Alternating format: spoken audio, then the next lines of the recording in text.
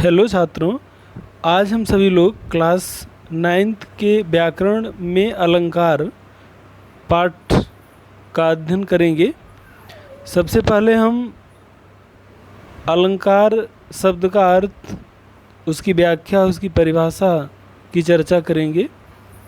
जैसा कि अलंकार शब्द दो शब्दों के योग से बना है, जिसमें अलम धनकार का प्रयोग हुआ है। यहाँ अलम का अर्थ होता है आभूषण। मानव समाज बहुत ही सौंदर्य का उपासक है। उसकी प्रवृत्ति के कारण ही अलंकारों को जन्म दिया गया है। जिस तरह से एक नारी अपनी सुंदरता को बढ़ाने के लिए आभूषणों को प्रयोग में लाती है, उसी प्रकार भाषा को सुंदर बनाने के लिए अलंकारों का प्रयोग किया जाता है। अर्थात जो शब्द काव्य की शोभा को बढ़ाते हैं उसे अलंकार कहते हैं। इस बात को परिभाषा के रूप में स्पष्ट किया गया है कि यद्यपि सुजात सुलक्षणी सुवर्ण सरिस सुवृत भूषण बिनन विराजई कविता बनिता मित्र। जिस तरह कोई स्त्री अच्छी जात कुल की है, सुलक्षणी अच्छे लक्षण वाली है, अच्छे वर्ण वाली है, लेकिन सारी अच्छाइयों के होते हुए भी अगर वह आभूषण नहीं रहित है तो वह सौंदर्य वृद्धि को नहीं प्राप्त करती। उसी तरह कविता कितनी भी अर्थ गांभीर्य से युक्त हो, लेकिन अगर उसमें चमत्कारिकता और लाक्षणिकता नहीं है, अलंकारिकता नहीं है, तो उसका सारा गुण फीका पड़ जाता है। तो इस तरह अलंकार काव्य में अपनी एक बहुत ही महत्वपूर्ण भूमिका निभाता है। और इन अलंकारों का क्रम कविता की पंक्तियों में ही, काव्य पंक्तियों में ही देखने को मिलता है।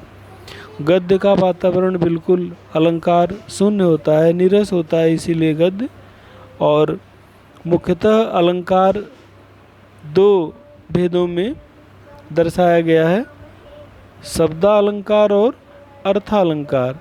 तो नाम से ही जैसा स्पष्ट है कि शब्दालंकार मतलब जहाँ काव्य में शब्दों के द्वारा चमत्कारिकता आ रही हो, वहाँ शब्दालंकार होता है। और अर्थालंकार में जहाँ काव्य अर्थ के द्वारा चमत्कृत होता है, वहाँ अर्थालंकार होता है। तो शब्दालंकार के अंतर्गत अनुप्रास, यमक, श्लेष आपके पाठ्यक्रम में है। वैसे तो शब्दालंकार में और बहुत सारे अलंकारों का क्रम दिया हुआ है, लेकिन आप अनुप्रास, यमक और श्लेष अपने पाठ्यक्रम के रूप में जानेंगे। अब पहला अलंकार अनुप्रास है। इसको अगर हम देखें तो वर्ण साम्यम अनुप्रास, समान वर्णों की क्रमशः आवृत अनुप्रास अलंकार कहलाती है। वर्ण मतलब अक्षर, अक्षर का मतलब क ख ग घ, जो वर्ण है वो अक्षर हैं। और वर्णों का सार्थक समूह, जैसे क ख ग घ मिल कर के कोई शब्द नहीं बनाएगा, लेकिन वर्णों का अगर सार्थक समूह मिल जाता है, राम, श्याम, काम, धाम, तो सार्थक समूह मिल कर के अक्षर बनाता है। तो यहाँ अनुप्रास अलंकार में वर्णों की आवृत्ति हो रही है, अक्षर की आवृत्ति हो रही है।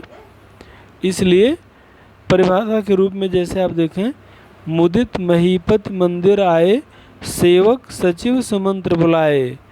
म वर्ण और स वर्ण की आवृत्ति, आवृत्ति मतलब दोहराया जाना, म और स की आवृत्ति होने से काव्य पंक्ति में अनुप्रास अलंकार है। इसी तरह दूसरा, जन रंजन भंजन दनुज मनुज रूप सुरभूप।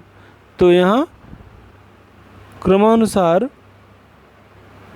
9 वर्ण की आवृत्ति हुई है, जन, रंजन, भंजन, और दूसरे में दनुज और मनुज में ज वर्ण की आवृत्ति हुई है।